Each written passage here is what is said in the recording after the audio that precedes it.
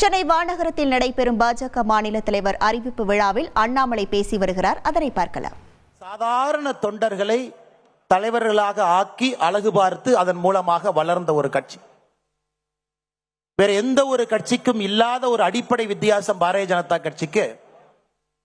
ஒரு தொண்டரை கண்டுபிடித்து அந்த தொண்டருக்கு ஒரு பொறுப்பு கொடுத்து அந்த பொறுப்பின் மூலமாக கட்சியும் வளர்ந்து நாட்டையும் வளர்த்தி இன்று 2025 மூன்றாவது முறையாக தொடர்ந்து பாரத பிரதமர் நரேந்திர மோடி அவர்கள் ஆட்சியில் இருக்கிறாங்க. பல மாநிலத்தில் ஆட்சியில் இருக்கிறோம்.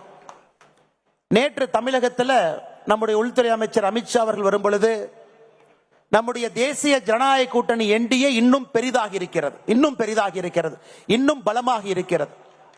2026 நிச்சயமாக வெற்றி பெறுவோம் என்கின்ற நம்பிக்கையை நேற்றைய நம்முடைய தேசிய ஜனநாயக கூட்டணி விதைத்திருக்கிறது.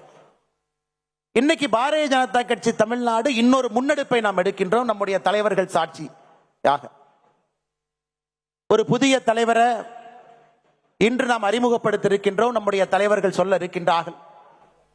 இந்த புதிய தலைவர் அடுத்த 3 ஆண்டு காலத்திற்கு நம்ம எல்லாம் வழிநடத்தி 2026 தேசிய ஜனநாயக கூட்டணி ஆட்சிக்கு கொண்டு வந்து தமிழகத்தில் திராவிட முன்னேற்ற கழகத்தினுடைய தீய ஆட்சியை, தீய சக்தியை அகற்றுவதற்கு நாம் அறிவிக்கக்கூடிய தலைவர் அவர்கள் முன்னோடியாக இருப்பார்.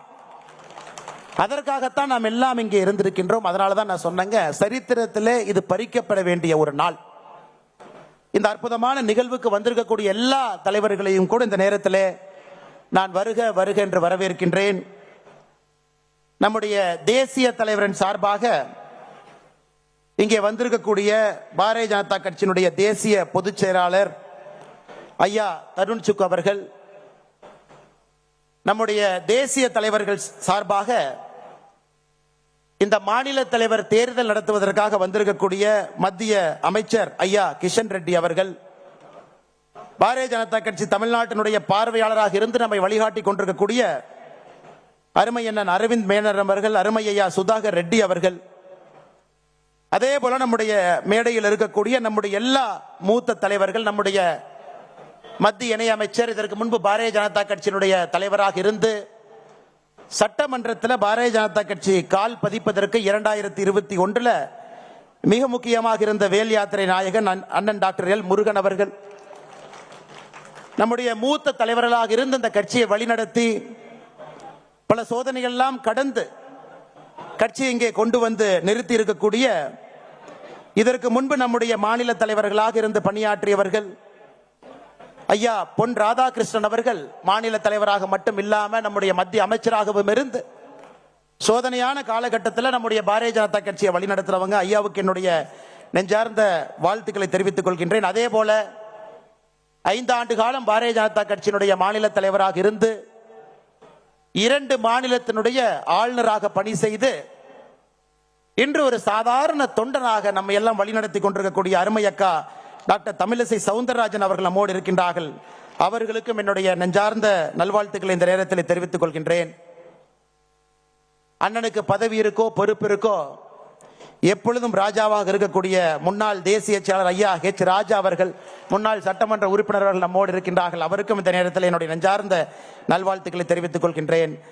மதிப்பு மிகுந்த நம்முடைய மகளிர் அணியினுடைய தேசிய தலைவியாக இந்தியா முழுவதும் இன்னைக்கு தமிழ் பெண்களுக்கு ஒரு பெரிய மரியாதை. எங்க போய் பார்த்தீங்கன்னா புடவை தான் எல்லாரும் கட்டுறாங்க. நார்த் இந்தியாவில் நாம் இழந்திருக்கக்கூடிய தலைவர்களையும் இந்த நேரத்தில் இந்த மண்ணில் யாரெல்லாம் உயிரை கொடுத்து இந்த கட்சியை வளர்த்தாங்களோ அவர்களை ஒரு நிமிஷம் நாம் எல்லோரும் நினைத்து பார்க்க வேண்டும். ஏன்னா எல்லோருடைய ஆன்மாவினுடைய சாட்சியாக நம்ம உட்கார்ந்து இருக்கிறோம். நீங்க சாதாரணமா நினைச்சிடக்கூடாதுங்க, இந்த கட்சிக்கு எந்த கட்சியிலும் இல்லாத ஒரு ஆன்ம சக்தி இந்த கட்சிக்கு இருக்குதுங்க. ஒரு ஆத்ம பலம் இருக்கு. அந்த ஆத்ம பலம் தான் இந்த கட்சியை வழிநடத்துகிறது, இந்த தேசத்தை வழிநடத்துது. இந்த நேரத்தில் நம்முடைய மரியாதைக்குரிய ஆடிட்டர் ஐயா ரமேஷ் அவர்கள் உட்பட இந்த கட்சிக்கு யாரெல்லாம் உயிர் கொடுத்தார்களோ எல்லோரையும் ஒரு இடம் நாம் நினைத்துக் கொள்கின்றேன். நம்முடைய முன்னாள் மாநில தலைவர்கள் வேறு வேறு பொறுப்பில் இருந்து யாரெல்லாம் இன்று நம்மோடு இல்லையோ இறைவனோடு இருக்கிறாங்களோ அவர்களையும் ஒரு நிமிஷம் நான் நினைச்சுக்கிறேன். அவர்களுடைய ஆத்மா எல்லாம் பார்த்து கொண்டிருக்கிறது, ஆசீர்வாதம் செய்து கொண்டிருக்கிறது. ஏன்னா அவங்களுடைய கனவு பாரதிய ஜனதா கட்சி தேசிய ஜனநாயக கூட்டணி தமிழகத்தில் ஆட்சிக்கு வர வேண்டும் என்பது அவங்களுடைய கனவு.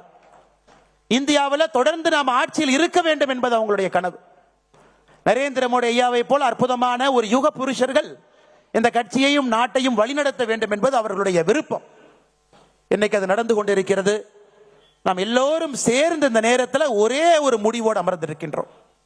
2026 இந்த தீய சக்தி திராவிட முன்னேற்ற கழகத்தை துடை தெரிந்து வீட்டுக்கு அனுப்ப வேண்டும் என்கின்ற முடிவில் இருக்கும். நம் கண் முன்னால் இருப்பது ஒரே ஒரு இலக்கு, வேற எதுவும் கிடையாது. அந்த இலக்கை நோக்கி போகும் பொழுது கொஞ்சம் ஸ்பீட் பிரேக்கர் வர சகஜம்தாங்க. அதனால நம்ம ஸ்பீட் பிரேக்கரை பார்த்து அது ஸ்பீட் பிரேக்கர்னு பேசுறதை விட அந்த ஸ்பீட் பிரேக்கர் எதுக்காக வருதுன்னா அங்கே வண்டியினுடைய வேகத்தை குறைத்து சரியான திசையில போறமான சரி பண்றதுக்கு தான் அந்த ஸ்பீட் பிரேக்கர் வருது நீங்க எடுத்துக்கணும். ஏன்னா ஒரு கூட்டணியோடு இருக்கின்றோம், ஒரு பலம் வாய்ந்த கட்சியோடு தேசிய ஜனநாயக கூட்டணியில் அவங்க இணைஞ்சிருக்கிறாங்க.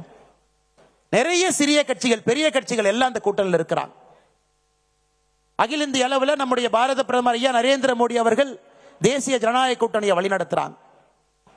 நேற்று நம்முடைய உள்துறை அமைச்சர் அமித்ஷாஜி அவர்கள் சொன்னது போல தமிழகத்தில் தேசிய ஜனநாயக கூட்டணி அனைத்து இந்திய அண்ணா திராவிட முன்னேற்ற கழகத்தினுடைய பொதுச் செயலராக இருக்கக்கூடிய அண்ணன் எடப்பாடி பழனிசாமி அவர்கள் தலைமையில் 2026 சட்டமன்ற தேர்தலை சந்திக்க இருக்கின்றோம்.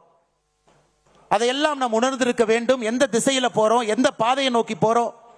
ஏன்னா இன்னைக்கு நமக்கு இலக்கு தெரியும், திராவிட முன்னேற்ற கழகத்தை வீட்டுக்கு அனுப்பணும். இலக்கு சரி, பாதையும் சரி. இன்னும் 9 மாசம் எந்த பாதையில போக போறோம்? தலைவர் கிடைச்சிட்டாங்க, அந்த பாதையில் நம்மளை கூட்டிட்டு போறாங்க. இலக்கும் தெரியும், பாதையும் தெரியும். பயணிக்க வேண்டிய தொண்டர்கள் நாம் எல்லோரும் இங்கே அமர்ந்திருக்கின்றோம். அருமை சொந்தங்களே, இன்னும் ஒரு 5 நிமிடத்தில் இந்த அற்புதமான 4 ஆண்டுகளாக உங்களை எல்லாம் வழிநடத்துவதற்கு ஒரு பெரிய பாக்கியம் எனக்கு கிடைச்சிச்சு. இந்த அற்புதமான கட்சி அக்கா தமிழிசை சவுந்தரராஜன் அவர்கள் நான் பொறுப்பேற்கும் பொழுது ஒரு வார்த்தை சொன்னாங்க, தம்பி இந்த கட்சிக்கு ஒரு ஆத்மா இருக்குதுப்பா.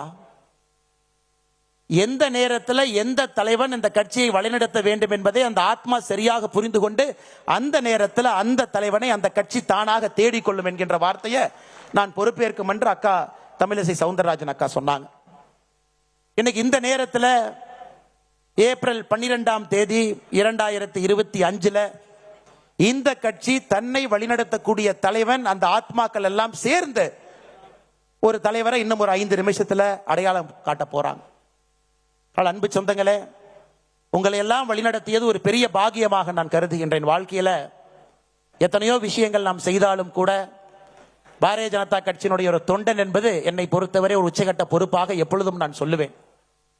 அற்புதமான மனிதர்கள் இருக்கக்கூடிய கட்சி, எதையும் எதிர்பார்க்காம பணி செய்ய மனிதர்கள் இருக்கக்கூடிய கட்சி, உயிரை கொடுத்து வேலை பார்ப்பவர்கள் இருக்கக்கூடிய கட்சி, யார் தலைவராக வந்தாலும் முழு மனதாக ஏற்றுக்கொண்டு அவர்களோடு பயணம் செய்யக்கூடிய கட்சி. செய்திகளை உடனுக்குடன் தெரிந்து கொள்ள உடனே சப்ஸ்கிரைப் பண்ணுங்க.